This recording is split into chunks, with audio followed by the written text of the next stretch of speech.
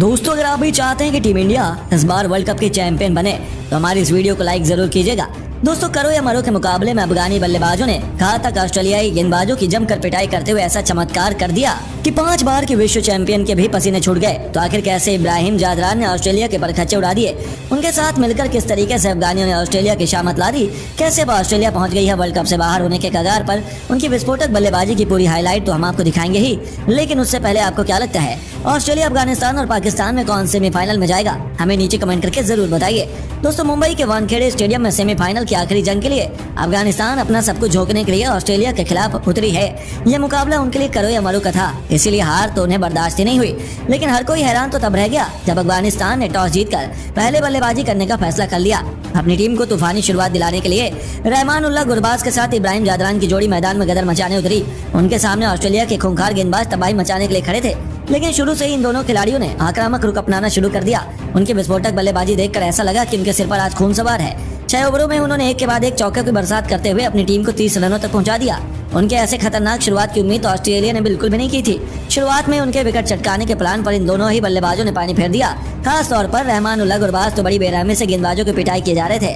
वह एक अलग ही मूड में थे, लेकिन उनका यह अंदाज ज्यादा लंबा नहीं चल पाया। 8वां ओवर लेकर आए जोश हेजलवुड ने गुरबाज को अपने जाल में फंसाकर अफगानिस्तान को पहला झटका दिया और वह 25 गेंद पर 21 रन बनाकर पवेलियन लौटे। उनके आउट होने के बाद अब मैदान में बल्लेबाजी करने रहमान शाह आ चुके थे। दूसरी तरफ इब्राहिम जादरान अपने आक्रामक अंदाज में आगे बढ़ रहे थे। 10 ओवर के पावर प्ले में अफगानिस्तान ने 46 रन बना लिए और ऑस्ट्रेलिया ने वापसी करनी शुरू कर दी। ऐसा लग रहा था कि अफगानिस्तान पर दबाव बढ़ रहा है। रॉकेट की रफ्तार से बढ़ रही अफगानिस्तान अचानक से कछुए की रफ्तार से आगे बढ़ने लगी, लेकिन इब्राहिम जादरान अपनी ही पारी में आगे बढ़ा रहे थे। देखते ही देखते उन्होंने एक बेहतरीन चौके की बदौलत 59 गेंद पर अपना अर्धशतक पूरा कर लिया। दूसरी तरफ रहमत शाह भी उनका बखूबी साथ निभा रहे थे। 21 ओवर आते आते उन दोनों ने अपनी टीम को 100 रनों के पार पहुंचा दिया और अब जरूरत थी रनों की रफ्तार में इजाफा करने की। ऐसा ही हमें देखने को मिला, लेकिन आक्रामक शॉट लगाने के प्रयास में रहमत शाह भी ग्लेन मैक्सवेल का शिकार हो गए। 44 गेंद में 30 रन बनाकर वह भी चलते बने।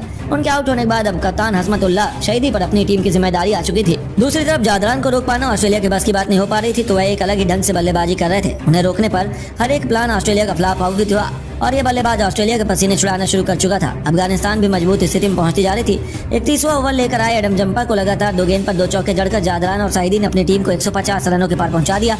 उनके बीच एक मैच विनिंग पार्टनरशिप बना रही थी। ऑस्ट्रेलिया किसी भी कीमत पर विकेटों की तलाश में थी, क्योंकि उन्हें ये दोनों मुकाबलों को काफी दूर ले जा रहे थे। इसीलिए वो अपने सबसे बड़े गेंदबाज मिचेल स्टार्क को आक्रमण उतारा और आते ही कमाल भी कर दिया। 43 गेंदों में 26 रन बनाकर खेल रहे हसमतुल्लाह शहीदी को उन्होंने पवेलियन की राह दिखाई, लेकिन इब्राहिम जादरान को रोक पाना उनके बस की बात नहीं थी। यह खिलाड़ी तो अकेले ही ऑस्ट्रेलिया के छक्के छुड़ाने में लगा हुआ था और अब उनका साथ निभाने के लिए अजमतुल्लाह उमर जाई आए। उन्होंने आते ही एक के बाद एक 2 खतरनाक चौके भी लगाए, लेकिन ज्यादा देर तक वह बैटिंग नहीं कर पाए। 18 गेंद में केवल 22 रन बनाकर वह एडम जंपा का शिकार हो गए। चौथे विकेट के बाद तो मोहम्मद नबी को खुद बल्लेबाजी करने आना पड़ा और इस बीच जोश हेजलवुड की गेंद पर इब्राहिम जादरान ने वह कर दिखाया जिसे हर कोई सपना देखा है। जी हाँ, वर्ल्ड कप में शतक जड़ने वाले वह इतिहास के पहले अफगानी बल्लेबाज बने जिनकी अद्भुत बल्लेबाजी पर पूरे स्टेडियम उनके लिए तालियां बजाई। इस दौरान उन्होंने बेहतरीन चौके भी लगाए थे। शतक पूरा होते ही वे ऑस्ट्रेलिया पर कहर बनकर टूट पड़े। एक बेहतरीन छक्का उन्होंने एडम जंपा की गेंद पर लगाया। मोहम्मद नबी 12 रन बनाकर जरूर चलते बने, लेकिन उन्हें आउट करना ऑस्ट्रेलिया की बहुत बड़ी गलती साबित हुई, क्योंकि मैदान में उतरे राशिद खान ने आते ही पहले एक तूफानी छक्का जड़ा और फिर बेहतरीन चौका जड़कर अपनी टीम को 280 रनों के पार पहुंचा दिया। आखिरी ओवर में मिचेल स्टार्क की पहली 2 गेंदों पर पहले चौका और फिर अगली गेंद पर स्टेडियम पर छक्का जड़कर उन्होंने इस खौफनाक गेंदबाज के पसीने छुड़ा दिए। 27 गेंद पर ही जादरान के साथ 52 रनों की खौफनाक पार्टनरशिप बना ली। चौथी गेंद पर एक बार फिर से ऐसा छक्का लगाया जिस पर ऑस्ट्रेलिया की तबाही लिखी हुई थी।